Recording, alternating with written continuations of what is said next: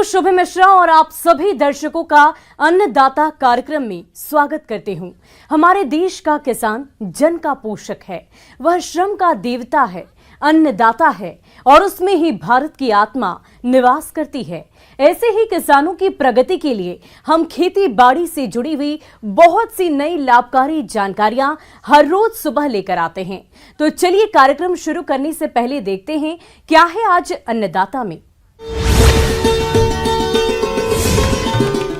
फसलों की उत्पादकता बढ़ाएं, अधिक आय कमाएं।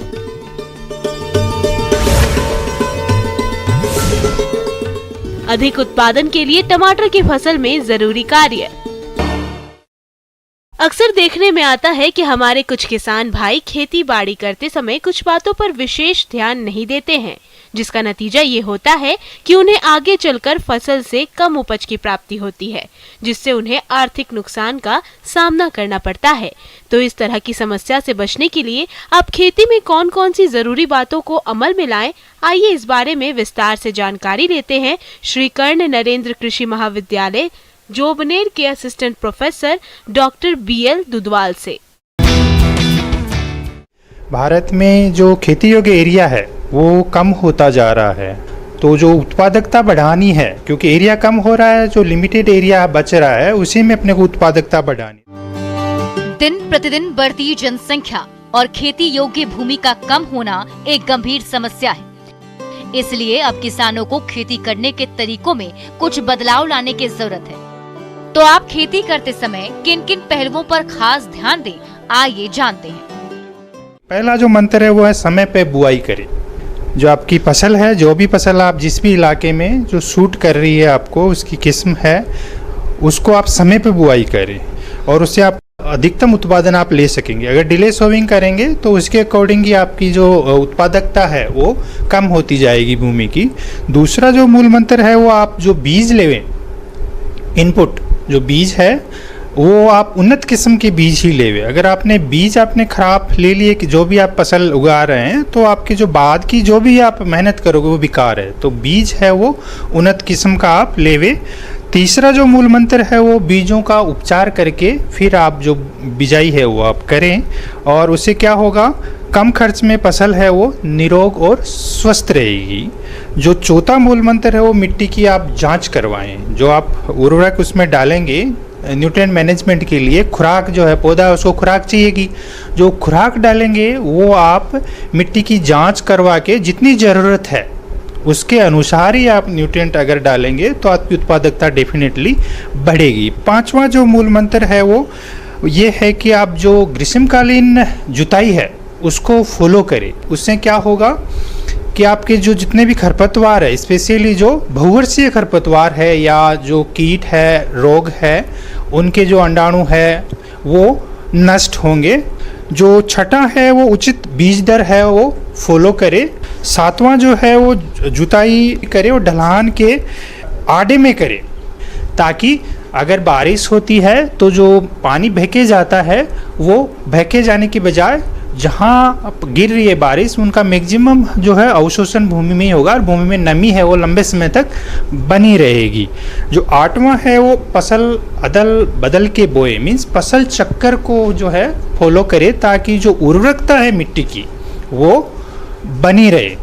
नवा जो मूल मंत्र मैं बता रहा हूँ आपको वो इंटरक्रॉपिंग फॉलो करे। इंटरक्रॉपिंग फॉलो करें, उससे क्या होगा कि जैसे मानसून आधारित खेती जो किसान भाई कर रहे हैं, अगर बारिश में एक ड्राई स्पेल आ गया, लंबे समय तक बारिश नहीं आई 15-20 दिन तक, तो कोई फसल है जो ज़्यादा जिनकी वाटर रिक्वायरमेंट है वो फसल अगर नुकसान उसमें होता है, ग्रोथ प्रॉपर नहीं हो पाती, तो दूसरी जो क्रॉप है, आप फॉर एग्जांपल आप जो अनाज वाली फसलों के साथ में जो दलहनी फसल ले रहे हैं, तो दलहनी फसलों की जड़ें जो है वो गहरी होती है और कंपैरेटिवली उनको नमी की ज़रूरत बाद तक पड़ती है, 15-20 दिन वो झील जाती है। तो जो दूसरी क्रॉप है आपकी वो सर्वाइव करेगी। तो कहने का मतलब अगर आप इंटरक्रॉपिंग फॉलो करेंगे तो जोखिम से बचेंगे।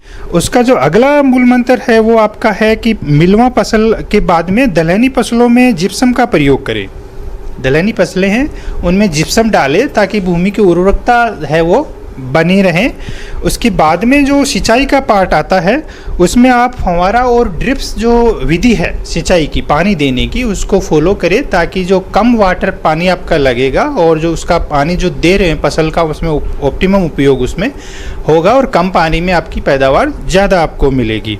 उसके बाद में अगर आप देखें तो जो सिंचाई है वो फसल की क्रांतिक अवस्थाओं पे ही करें। उसके बाद का जो मूल मंत्र आता है वो मित्र कीटों का संरक्षण करें। मित्र कीट, आपको पता है कि भूमि जो है ज़मीन आपकी है उसमें सभी जो प्रकार के जो जीवाणु है वो नुकसानदायक नहीं है, उसमें लाभदायक जीवाणु भी होते हैं। फॉर एग्जाम्पल केंचुआ है तो उनका संरक्षण करें। उसके बाद में अगर देखें आपका जो 14वां मूल मंत्र मैं आपको बताऊं तो जैविक खेती अपनाएं।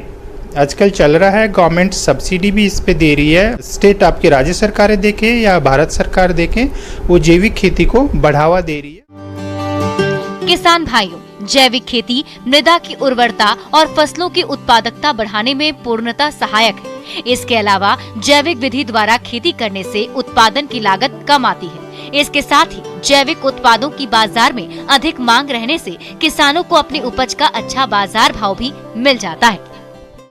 उसके बाद में अगर बात करें तो जो फसल है वो जिस एरिया है उसके अनुसार ही लेवे। अगर आपको सपोज बारिश वाली फसल लेनी है और बारिश लेट हो रही है तो जो फसल शॉर्ट ड्यूरेशन की है, क्रॉप अवस्था जो है फसल की वो कम है या शॉर्ट ड्यूरेशन उसकी कोई किस्म है या वो सूखा के प्रति रेजिस्टेंट वेराइटी है, उसी का आप सिलेक्शन करें ताकि आपको आगे नुकसान नहीं होगा और उस जो सेलेक्ट की क्रॉप या उसकी जो किस्म है उससे आपको उत्पादन ज़्यादा मिलेगा। उसके बाद में अगर आपको देखें तो जो प्रोड्यूस आपका मिल गया उसको जब आप मार्केटिंग करते हैं, उसको बेचने जाते हैं तो बजाय उसको होल प्रोडक्ट के उसकी ग्रेडिंग करके अगर आप लेके जाएंगे, अगर आप उसका श्रेणीकरण करके लेके जाएंगे तो उसके बाज़ार में आपको मूल्य है वो अच्छे मिलेंगे। इसके बाद में अगर अगला पॉइंट आप देखें, मंत्र देखें तो दवा खरीदते समय जो है आप कर जाते हैं तो वो बिल उसका अवश्य देखें। उससे आपको क्या होगा, आप धोखाधड़ी से बचेंगे। आपके पास जानकारी ये रहेगी कि आप फला दवाई लेके आ रहे हैं, उसका मैन्युफैक्चरर ये है, उसके प्राइस ये हैं, उसके एक्सपायरी डेट ये हैं। तो आप जो भी इनपुट खरीद के लाते हैं, आप कीटनाशक खरीद रहे हैं या कोई उर्वरक खरीद रहे हैं तो उसका बिल है वो अवश्य ध्यान में लेवे और उसको संरक्षित रखें। जब तक आपकी फसल चलती है तब तक उसको अपने पास सेफ रखें। उसके अलावा अगर देखा जाए तो आपका पास में जो कृषि विज्ञान केंद्र है या एग्रीकल्चर कॉलेज है या कृषि महाविद्यालय है, विश्वविद्यालय हैं, तो वहाँ पे आप निरंतर विजिट करते रहे फ्रिक्वेंटली और जितनी भी कृषि की नवीनतम तकनीकें आ रही है उनके बारे में आप अवश्य जागरूक रहें और जो अच्छी अच्छी तकनीकें साइंटिस्ट वैज्ञानिक लोग डेवलप कर रहे हैं उनको आप फॉलो करें, ध्यान में रखें। और जो अगला पॉइंट है वो फसल का बीमा करवाएं और जोखिम से बचें।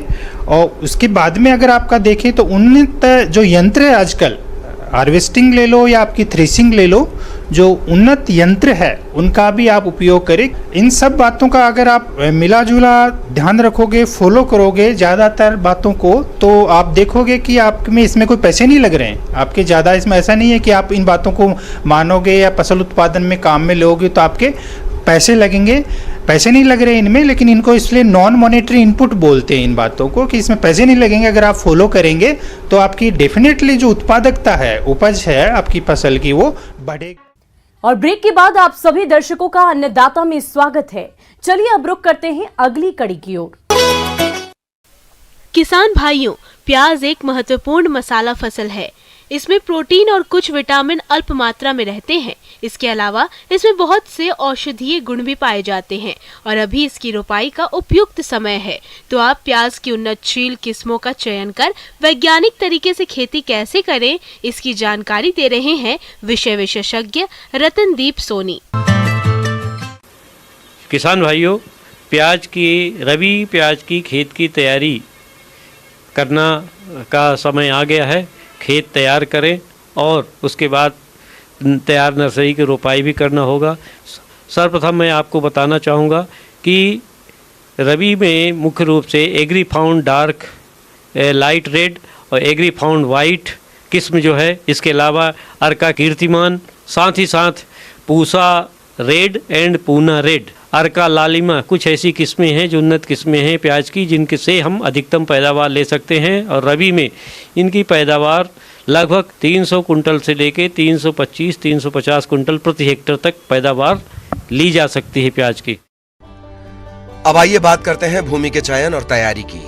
तो प्याज की खेती विभिन्न प्रकार की मृदा में की जा सकती है। प्याज की खेती के लिए उचित जल निकास और जीवांश युक्त उपजाऊ वलुई दोमट भूमि जिसका पीएच मान 6.5 से 7.5 के मध्य हो सर्वोत्तम होती है। प्याज को अधिक क्षारीय या दलदली मृदा में नहीं उगाना चाहिए। प्याज के सफल उत्पादन में भूमि की तैयारी का विशेष महत्व है। इसीलिए खेत की पहली जुताई मिट्टी पलटने वाले हल से करना चाहिए। उसके बाद 2 से 3 जुताई कल्टीवेटर या हैरो से करें। प्रत्येक जुताई के बाद पाटा जरूर लगाएं जिससे खेत में नमी सुरक्षित रहे।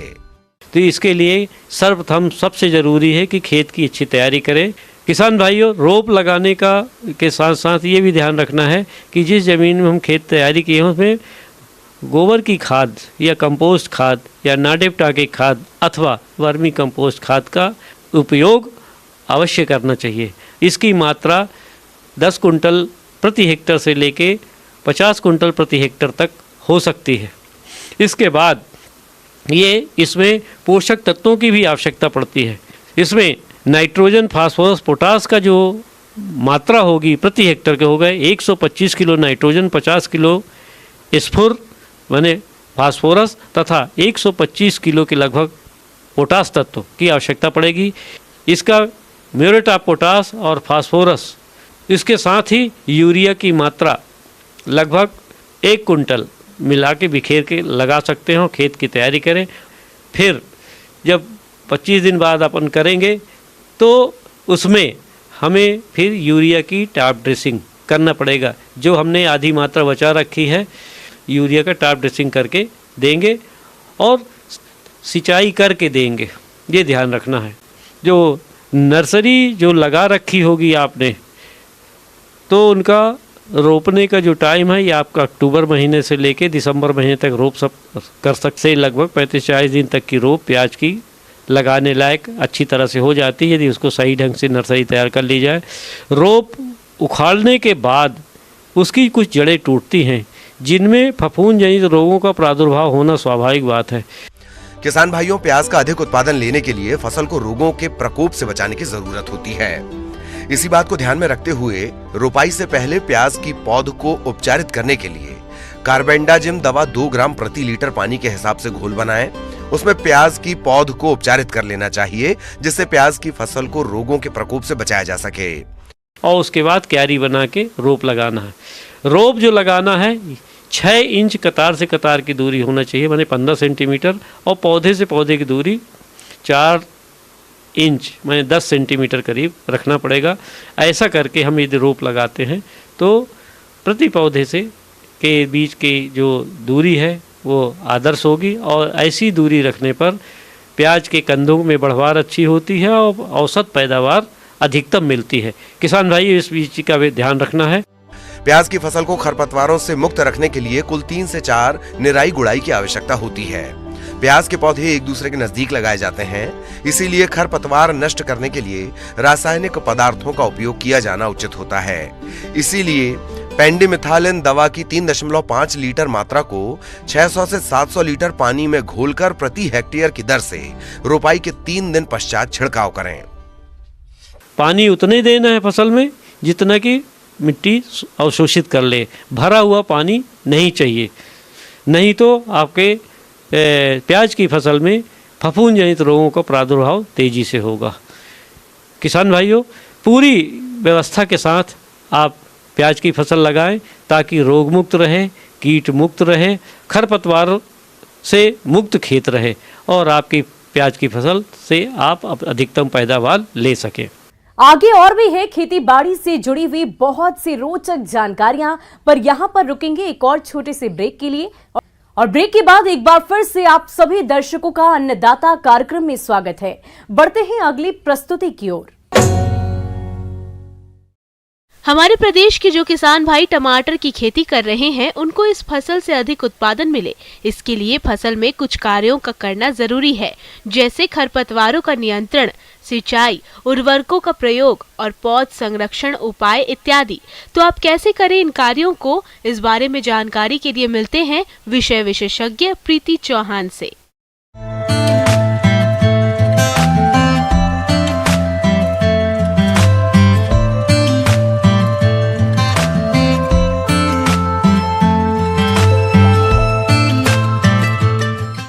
किसान भाइयों, आज हम टमाटर की खेती के बारे में चर्चा करना चाहेंगे। टमाटर की खेती में क्या क्या प्रबंधन हो सकते हैं, उन पर हम एक चर्चा करना शुरू चाहेंगे। तो चलिए किसान भाइयों, हम चर्चा करते हैं खरपतवार प्रबंधन पर। तो खरपतवार प्रबंधन टमाटर में एक बहुत ही मुख्य कार्य है, क्योंकि यह जो है वह मुख्य फसल से हवा, पानी, खाद, उर्वरक आदि से प्रतिस्पर्धा करते हैं। इसके प्रबंधन के लिए आप शुरुआती अवस्था में ही खरपतवार को निकाल दें और खुरपी की सहायता इसमें आप ले सकते हैं, जो कि पारंपरिक विधि है खरपतवार नियंत्रण की। तो इस तरह आप खरपतवार पर कंट्रोल या उस पर नियंत्रण कर सकते हैं। किसान भाइयों, टमाटर की फसल में सहारा देने के लिए रोपाई के 30 से 45 दिन के बाद बांस या लकड़ी के डंडों में छेद करके तार बांधकर फिर पौधों को तारों से सुतली की सहायता से बांधते हैं। इस प्रक्रिया को स्टेकिंग कहा जाता है। पौधों को सहारा देने से फल मिट्टी और पानी के संपर्क में नहीं आ पाते, जिससे फल सड़ने की समस्या नहीं होती है। किसान भाइयों, टमाटर की फसल से अच्छी पैदावार लेने के लिए संतुलित मात्रा में उर्वरकों का प्रयोग करना चाहिए। इसके लिए नाइट्रोजन 200 किलोग्राम, फास्फोरस 100 किलोग्राम और पोटाश 100 किलोग्राम प्रति हेक्टेयर की दर से आवश्यकता होती है। इनमें से नाइट्रोजन की 1/3 मात्रा, फास्फोरस और पोटाश की पूरी मात्रा को मिलाकर अंतिम जुताई के समय खेत में डालना चाहिए। शेष नाइट्रोजन की आधी मात्रा को 2 बराबर भागों में बांटकर रोपाई करने के 20 से 25 दिन और 45 से 50 दिन के बाद खड़ी फसल में देने से फसल का उचित विकास होता है और टमाटर का उत्पादन अधिक मिलता है। खेती में सिंचाई की बात करें तो अगर बरसात जहाँ पर समय समय पर होती है, वहाँ पर आपको अलग से सिंचाई करने की आवश्यकता नहीं होती है। लेकिन अगर आपका ठंड का और गर्मी का मौसम है तो आपको 10 से 15 दिन के अंतरालों में पानी देना अनिवार्य होगा। अब हम टमाटर की खेती में कीट प्रबंधन के ऊपर बात करते हैं, चर्चा करते हैं। टमाटर की फसल में फल छेदक कीट का प्रकोप अधिक रहता है। पहले इस कीट की इल्लियां पौधों की कोमल पत्तियों, तनों व फूल को खाती है, जिसकी वजह से पौधे अपना भोजन नहीं बना पाते और फसल कमजोर हो जाती है। उसके बाद ये तुड़ियां कच्चे पके टमाटर के फलों में छेद करके उनके अंदर का गूदा खा जाती है। ऐसे टमाटर खाने लायक नहीं रहते हैं। इस कारण से किसानों को भारी नुकसान होता है। इस कीट के नियंत्रण के लिए कीट ग्रसित फलों को तोड़कर नष्ट करना चाहिए। इसके अलावा खेत में 20 फेरोमोन ट्रैप प्रति हेक्टेयर की दर से लगाएं। रात्रि के समय खेतों में प्रकाश प्रपंच लगने चाहिए। इस कीट के रासायनिक नियंत्रण के लिए इंडोक्सा कार्ब दवा की 1 मिलीलीटर दवा को प्रति लीटर पानी के हिसाब से घोल बनाकर छिड़काव करने पर इस कीट का नियंत्रण आसानी से हो जाता है। किसान भाई, टमाटर में मुख्य रूप से सफेद मक्खी, एफिड, जैसेट आदि लगते हैं। सफेद मक्खी जो है एक रस चूसक कीट है, जो कि विषाणु को वह एक पौधे से दूसरे पौधे पर फैलाती है। जो रोग ग्रसित पौधा होता है वह जो हमारे स्वस्थ पौधे होते हैं उनको भी रोग ग्रसित कर देता है। इसके लक्षण क्या होते हैं कि पौधे की जो पत्तियां होती हैं टेढ़ी मेढ़ी पत्तियां होने लगती हैं। तो यदि किसान भाई आप अपने पौधों को इस तरह के लक्षण नज़र आए तो उसमें आप सबसे पहले क्या कर सकते हैं कि जो रोग ग्रसित पौधा है उसको उखाड़ कर खेत के बाहर उसे आप फेंक दें। और दूसरा ये कर सकते हैं कि पीली चिपचिपे प्रपंच या फिर येलो ट्रैप जो होते हैं, ये 10 से 12 प्रति एकड़ की दर से हम इसको लगा देते हैं। और किसान भाइयों, अब हम इसकी रासायनिक नियंत्रण के बारे में चर्चा करना चाहेंगे। तो इसके लिए आप इमिडाक्लोप्रिड जो एक दवाई उपलब्ध होती है, उसकी 1 मिलीलीटर मात्रा 3 लीटर पानी में घोलकर इस पर पौधे के ऊपर छिड़काव करें और उसे पौधे को पूरा तरबदर कर दें।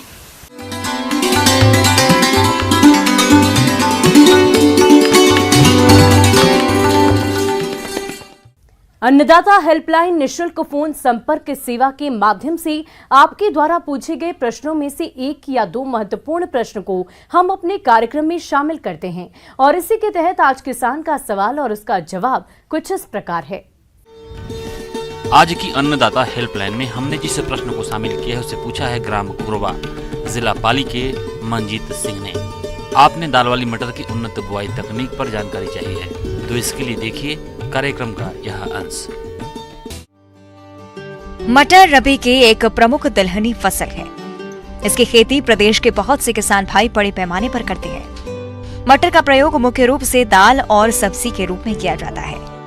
इसमें भरपूर मात्रा में प्रोटीन और विटामिन पाया जाता है। दाल वाली मटर की खेती हमारे देश में मैदानी और पहाड़ी इलाकों में की जाती है। इसकी बुवाई का उचित समय मध्य अक्टूबर से लेकर मध्य नवंबर तक है। इसकी खेती के लिए अच्छे जल निकासी वाले दोमट भूमि, जिसका पीएच मान 6.5 से 7.5 के बीच हो, अच्छी मानी जाती है।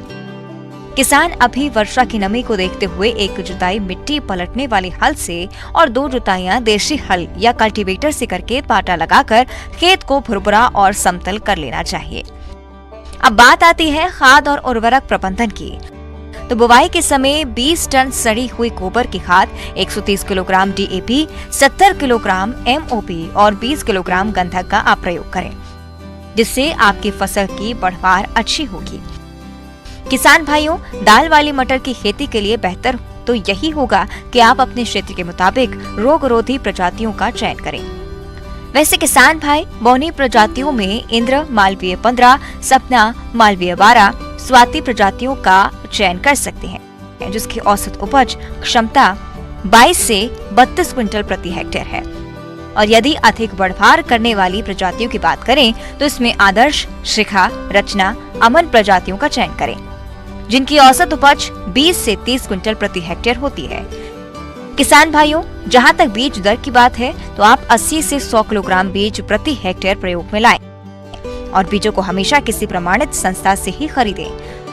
फसल को रोगों से बचाने के लिए कार्बेडाइज्म 1 ग्राम या थीरम 3 ग्राम की प्रति किलोग्राम बीज की दर से उपचारित करें। इसके बाद राइजोबियम कल्चर 5 से 10 ग्राम और पीएसबी कल्चर 5 से 10 ग्राम प्रति किलो बीज उपचारित करके बुवाई करें। किसान भाइयों, बीजों की बुवाई कतारों में करें, जिसमें कतार से कतार 30 सेंटीमीटर और पौधे से पौधा 8 से 10 सेंटीमीटर की दूरी रखते हुए हल के पीछे या सीड ड्रिल की सहायता से बीजों की बुवाई करें। किसान भाइयों, मटर फसल को खरपतवारों से बचाने के लिए पेंडिमेथिलीन खरपतवार नाशी की 3.3 लीटर मात्रा को 700 से 800 लीटर पानी में घोलकर बुवाई के 2 दिनों के अंदर स्प्रे कर दें, जिससे खरपतवारों का जमाव नहीं होगा और फसल खरपतवार मुक्त रहकर बढ़वार अच्छी करेगी। परिणाम स्वरूप किसान भाइयों को ऐसी फसल से उपज भी अधिक मिलेगी। किसान भाइयों, अन्नदाता आपकी सेवा के लिए संकल्परत है। कृषि संबंधित समस्या और सुझाव के लिए आप हमें इस पते पर संपर्क कर सकते हैं। प्रोड्यूसर अन्नदाता news 18 Rajasthan, Ramoji film city, Hyderabad 501512। साथ ही आप हमें ईमेल भी कर सकते हैं। हमारा ईमेल है p18annadatarajasthan@nw18.com। इसके अतिरिक्त आप हमें निःशुल्क हेल्पलाइन नंबर 180088921663 पर सोमवार से लेकर शनिवार सुबह 10 बजे से शाम 4 बजे के बीच संपर्क कर सकते हैं। किसान भाइयों, अब समय हो रहा है आपसे विदा लेने का, तो हमारी अन्नदाता टीम को दीजिए इजाजत। कल फिर आपसे मुलाकात होगी कृषि संबंधित कुछ और महत्वपूर्ण जानकारियों के साथ। नमस्कार।